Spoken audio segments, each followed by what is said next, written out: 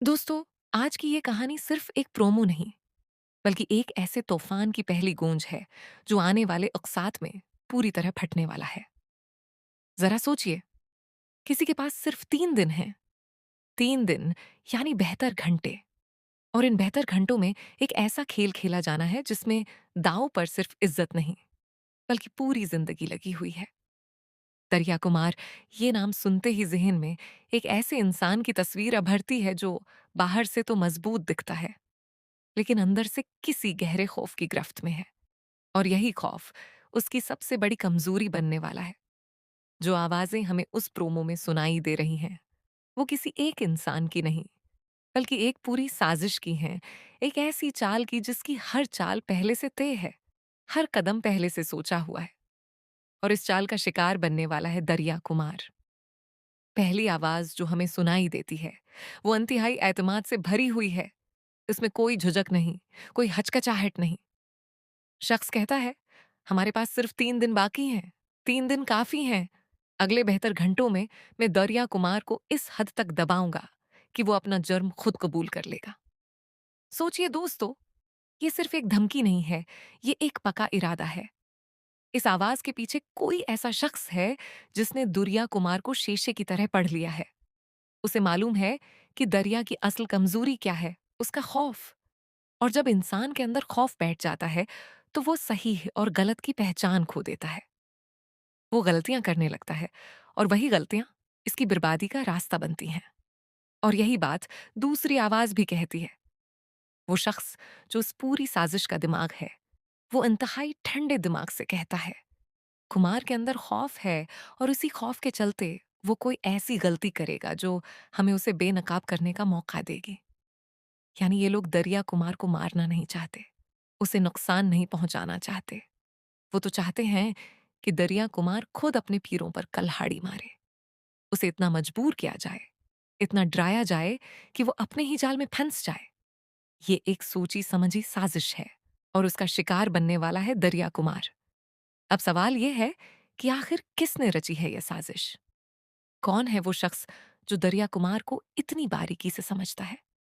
क्या कोई अपना ही उसके खिलाफ हो गया है, या फिर कोई पुराना दुश्मन है जो अपनी पुरानी हार का बदला लेना चाहता है? और फिर इस पूरी साजिश के बीच एक और धमाका होता है, एक ऐसी बात जो उस कहानी को और भी उलझा देती है।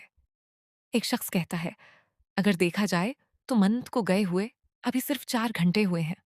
जब वो रात के खाने तक नहीं लौटेगी, तो वक्रांत काल करेगा, और तभी असल गड़बड़ शुरू होगी। यानी ये पूरी साजिश सिर्फ दरिया कुमार तक महदूद नहीं है। इस खेल में मंत का नाम भी जड़ रहा है, और विक्रांत का भी। मंत कौन है? वो कहाँ गई है? और सिर्फ 4 घंटे में ऐसा क्या हो सकता है कि विक्रांत को काल करने पर मजबूर होना पड़े? जाहिर सी बात है कि मंत और विक्रांत के दरमियान कोई गहरा रिश्ता है। शायद विक्रांत को मंत की फिक्र है, या फिर मंत का जाना ही विक्रांत के लिए किसी बड़ी आफत का इशारा है। और जब विक्रांत काल करेगा, तो क्या होगा? क्या वो घबरा जाएगा? क्या वो खुद कोई गलती कर बैठेगा? या फिर ये काल ही किसी बड़े राज से पर्दा उठा देगी? इस बात को जोड़कर देखें तो तस्वीर और भी साफ होती जाती है। ये पूरी मंसूबा बंदी किसी ऐसे शख्स ने बनाई है जो सिर्फ दरिया कुमार को नहीं, बल्कि विक्रांत और मंत को भी अपने जाल में फंसाना चाहता है। हो सकता है कि इन तीनों के दरमियान कोई ऐसा रिश्ता हो जो इस साजिश की असल जड़ है। शायद मंत का जाना जानबूझकर कराया गया हो। शायद वो जानती हो कि इसके जाने से क्या होगा। या फिर वो खुद भी इस साजिश से बेखबर हो, और सिर्फ एक मेहरा बनकर रह गई हो। और विक्रांत विक्रांत तो शायद उस पूरे खेल की कुंजी है। जब तक विक्रांत चुप है, शायद सब कुछ काबू में है। लेकिन जैसे ही वो घबराएगा, जैसे ही वो काल करेगा, वैसे ही ये पूरा ताश का महल ढहना शुरू हो जाएगा। और यही तो ये साजिश करने वाले चाहते हैं। अब आती है उस आखिरी आवाज की बात, जो इस पूरे प्रोमो को एक अजीब सा मोड़ देती है। एक औरत की घबराई हुई, परेशान आवाज सुनाई देती है जो कहती है, इतना ट्रीफ्क किस में से लगता है? पता नहीं। यह आवाज साफ बता रही है कि सामने वाला शख्स किसी जल्दी में है, किसी बेचैनी में है। उसे कहीं पहुंचना है, और ट्रीफक उसकी राह का सबसे बड़ा रोड़ा बन गया है। लेकिन ये ट्रीफक सिर्फ सड़क का नहीं है दोस्तों। ये उसकी जिंदगी के उस उलझे हुए सफर का भी इशारा है जिसमें वो फंस चुकी है। पता नहीं, ये दो अल्फाज बहुत कुछ कह जाते हैं। ये बताते हैं कि इस औरत के दिमाग में भी सब कुछ साफ नहीं है। वो खुद बेखबर है कि इसके साथ क्या हो रहा है, उसकी जिंदगी किस समझ जा रही है। हो सकता है ये वही मंथ हो जो घर लौटने की कोशिश कर रही है। हो सकता है वो जानती हो कि देर हो रही है, और देर होने का मतलब है विक्रांत का काल, और विक्रांत का काल मतलब पूरी मंसूबा बंदी का सच हो जाना। या फिर ये आवाज किसी और की हो जो उस पूरे खेल में अचानक से फंस गई हो। दोस्तों, उस पूरे प्रोमो की सबसे खास बात यह है कि इसमें ना कोई चेहरा दिखाया गया, ना कोई नाम साफ साफ बताया गया। सिर्फ आवाजें हैं, सिर्फ मकालमे हैं। और यही तो इस कहानी का सबसे बड़ा सस्पेंस है। हम नहीं जानते कि ये आवाजें कुन चेहरों की हैं, उनके पीछे कुन दिमागों का खेल चल रहा है। लेकिन एक बात तय है कि आने वाले बेहतर घंटे उस कहानी के सबसे अहम, सबसे खतरनाक और सबसे पर तजस्सुस लम्हात होंगे। दरिया कुमार की जिंदगी का हर पल अब कीमती है। हर घड़ी उसे उसके जन्म के इकरार के करीब ले जा रही है, और इसके चारों तरफ एक ऐसा जाल बिछाया जा चुका है जिसमें वो खुद चलकर फंसने वाला है। इसके अपने खौफ, उसकी अपनी कमजोरियां और उसके अपने फैसले यही उसकी सजा बनेंगे। और मंत मंत का क्या होगा? अगर वो वक्त पर घर पहुंच गई तो शायद विक्रांत को काल करने की जरूरत ही न पड़े। लेकिन अगर वो नहीं पहुंची तो वो काल ही वो चंगारी होगी जो पूरे घर को आग में झोंक देगी।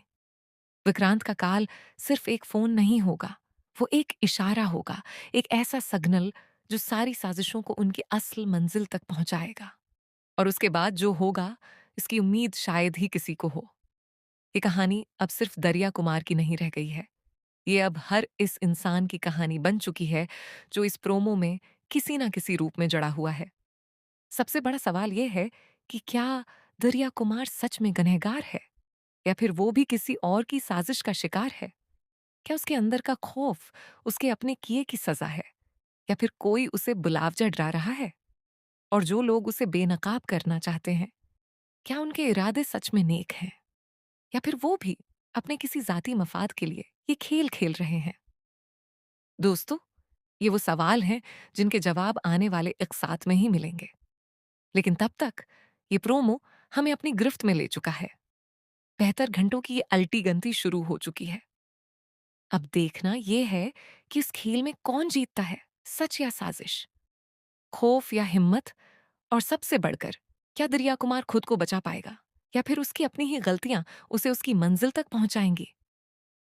ये सिर्फ एक प्रोमो नहीं है दोस्तों, ये एक ऐसे तूफान की आहट है जो बहुत कुछ बदल कर रख देगी। आप लोगों का क्या ख्याल है? क्या दूरिया कुमार वाकई गुनहगार है? क्या मंत वक्त पर घर पहुंच पाएगी? और विक्रांत का वो काल किस राज से पर्दा उठाएगा? अपनी राय हमें कमेंट में जरूर बताएं। और अगर आप इस धमाकेदार कहानी की हर अपडेट सबसे पहले पाना चाहते हैं तो चैनल को सब्सक्राइब करना न भूलें, और घंटी का बटन जरूर दबाएं। मिलते हैं अगली कहानी में। तब तक के लिए खुश रहिए और देखते रहिए।